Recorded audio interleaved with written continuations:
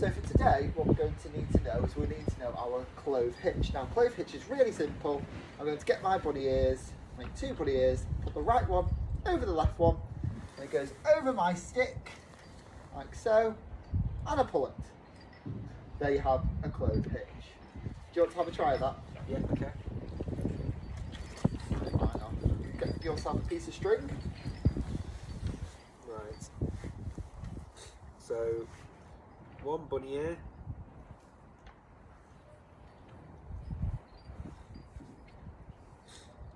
2 bunny ear, right over left. Yeah. In the middle, and pull. And pull. Fantastic. Well done. Now we're going to use our tools next. So I've already explained to my learner that we've got our first aid kit here and our toolbox. So what I'm going to do now is I'm going to explain to you the use of this tool. So these are my loppers, these are the handles, this is the blade, and this is the cutting edge. I stand with my loppers like this and I walk with them like this. I pass my loppers like this. Okay. I use my loppers 2 arms and a tool away from everyone except for me and my partner. When I've finished using my loppers, I put them back in the toolbox provided. I use them for cutting anything smaller than a 2p piece in width. Okay? Yeah. And I don't have gloves on for using this tool, so you might want to take them off.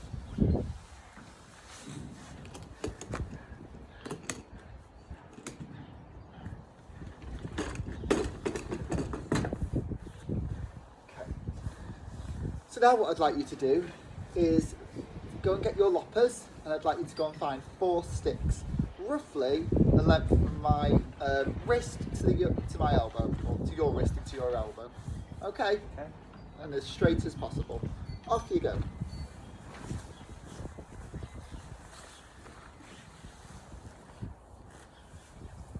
and find your 4 sticks.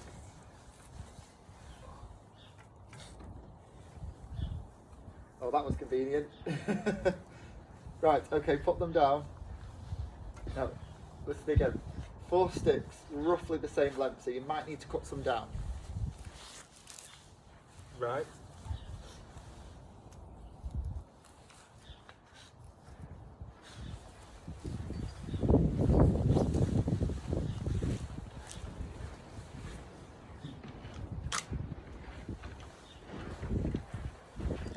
What's next? When you finish using the loppers, where would you put them? In the toolbox.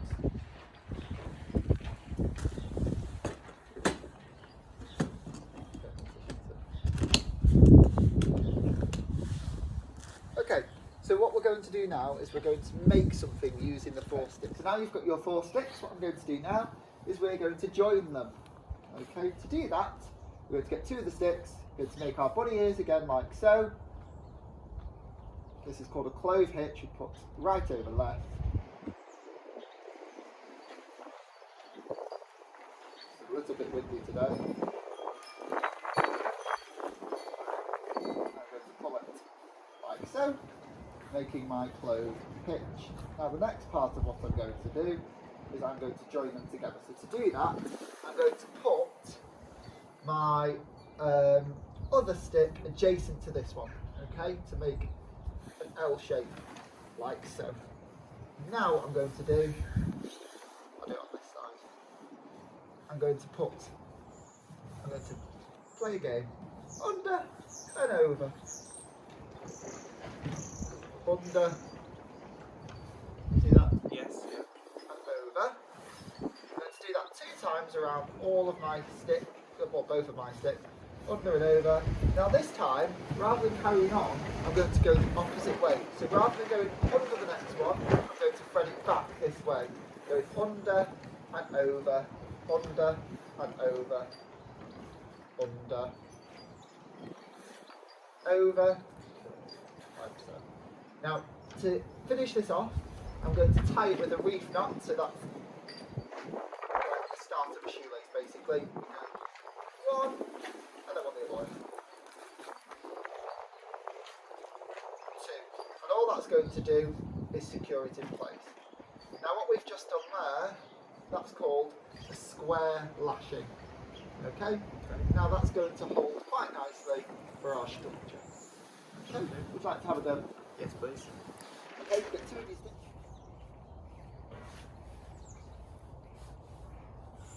Right over left. Stick through.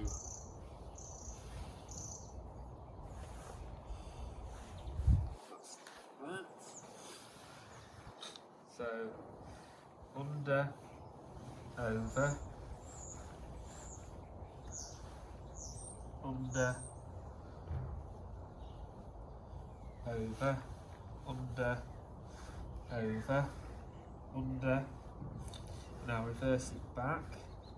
So back over, under, over,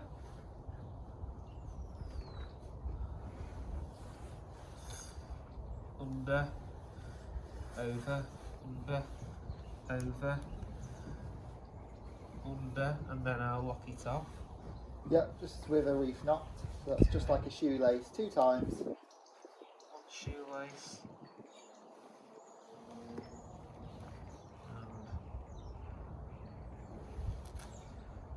2 shoelace. Fantastic. Right, so what I want you to do now is to get your other 2 sticks and attach them on both of the ends. So you'll have one end on this side Okay. and one end on this side. Okay. I mean, it doesn't really matter which end you use it on, just Okay. as long as it's at one of the ends. So Yeah, that's exactly the same principle as before. Doing your reef knot, your clove hitch. right over left.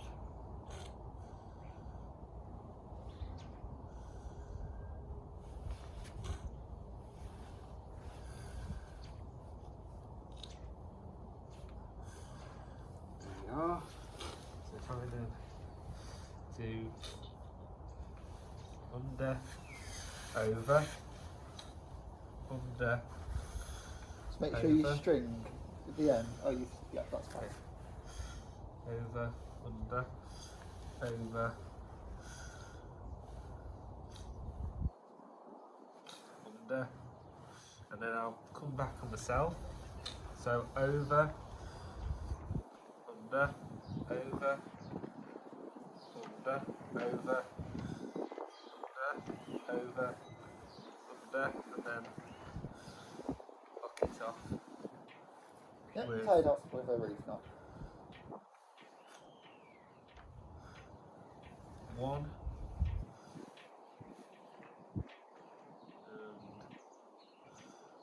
2. Okay. And the next one. So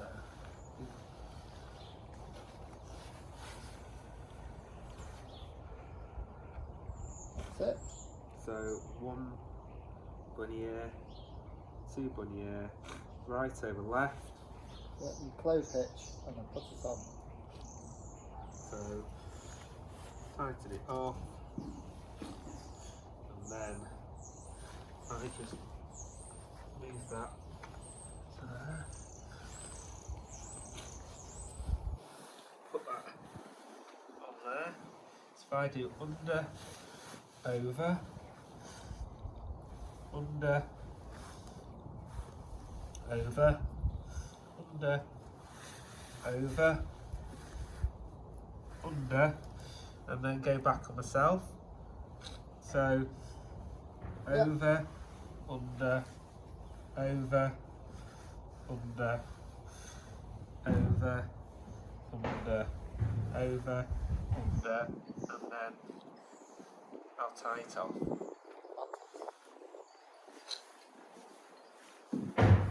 So 1.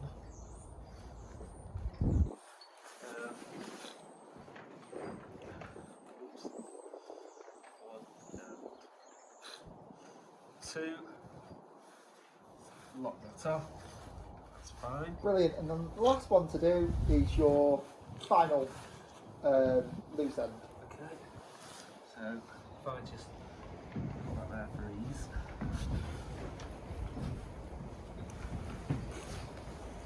So if I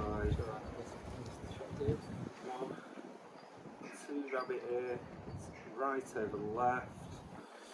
I'll hook it onto this one, lock it in. Then if I put that on there, if I then go under, over, under, over,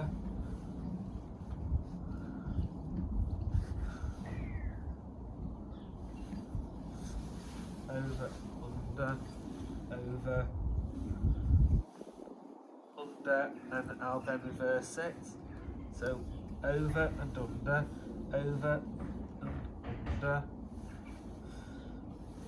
over, under, over, under, over, under, over, under, and then I'll tie it off. So 1, and 2. Fantastic. Now you can hold it up. What you've made there is a beautiful picture frame. You see that? Now, to hang it, what you might want to do is get another piece of string and just use your reef knot again. If you remember, that's the one that's like the shoelace. Okay. Boat to either end, and then you'll have a nice hanging part ready to put somewhere of your choosing. So would you like to do that? Yes, okay. So find yourself a piece of string. Okay.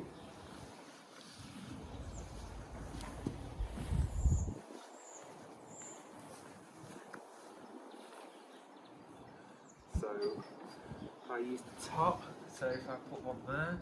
What I would suggest is that because if you put it on the top, what's going to happen? It's going to push inwards. Yeah, it's going to come inwards. I mean, that's fine, but if you want it to keep its structure... On the corners? Yeah. Okay. So if I go... Wash. 1, 2, and then if I choose that one,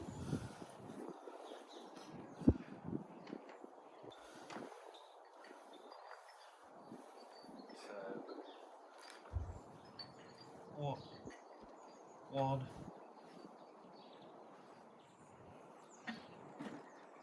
2. So it wouldn't be the end of the world, obviously, if you tied it in the middle, because the actual frame won't lose its structure, but this would change height as to where you want it. Yes. Perfect. So now you can put it wherever you would like. You can cut the ends off if you wish, but